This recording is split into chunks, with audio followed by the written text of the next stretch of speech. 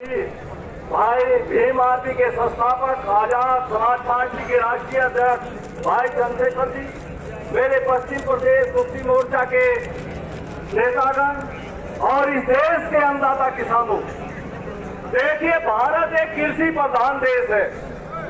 हम लोगों ने बहुत पहले पढ़ा कि भारत एक कृषि प्रधान देश है, लेकिन सरकारों की गलत नीतियों के कारण आज इस देश के किसान को आत्महत्या करनी पड़ रही है। इससे बड़ी शर्म की बात यहाँ दिल्ली में बैठे हुए प्रधानमंत्री और नेताओं के लिए कोई दूसरी बात नहीं हो सकती।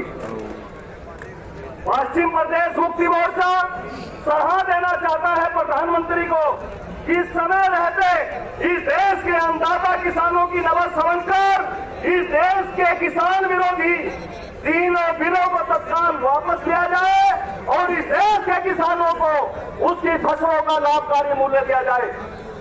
मेरे बुजुर्ग किसानों और बहादुर किसानों, इस देश के 73 वर्षों की आजादी में इस देश के किसानों को आप लोग समझ सकते हैं कि इस देश के किसानों को उसकी फसलों का लाभकारी मूल्य तो दूर, लागत मूल्य भी सरकार नहीं गिरा पाई। आज उसी का परिणाम है कि इस देश का किसान 18 लाख करोड़ रुपए का कर्जमंद हो गया है।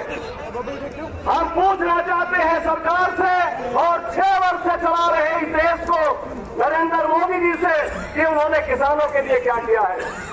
किसी भी इस देश के किसान नेता ने, किसी भी इस देश के किसान संगठन ने, किसी भी इस देश के किसान चिंतन करने वाले व्यक्ति ने इस देश के प्रधानमंत्री को क्या कहा है कि ये 3 बिल लेकर आइए आप।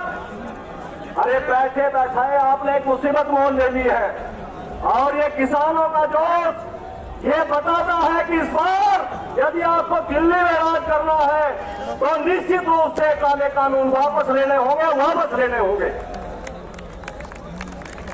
आज दुर्भाग्यपूर्ण स्थिति है। मेरे साथी कहते हैं कि साहब एमएसपी पर खरीद होने की गारंटी लीजिए।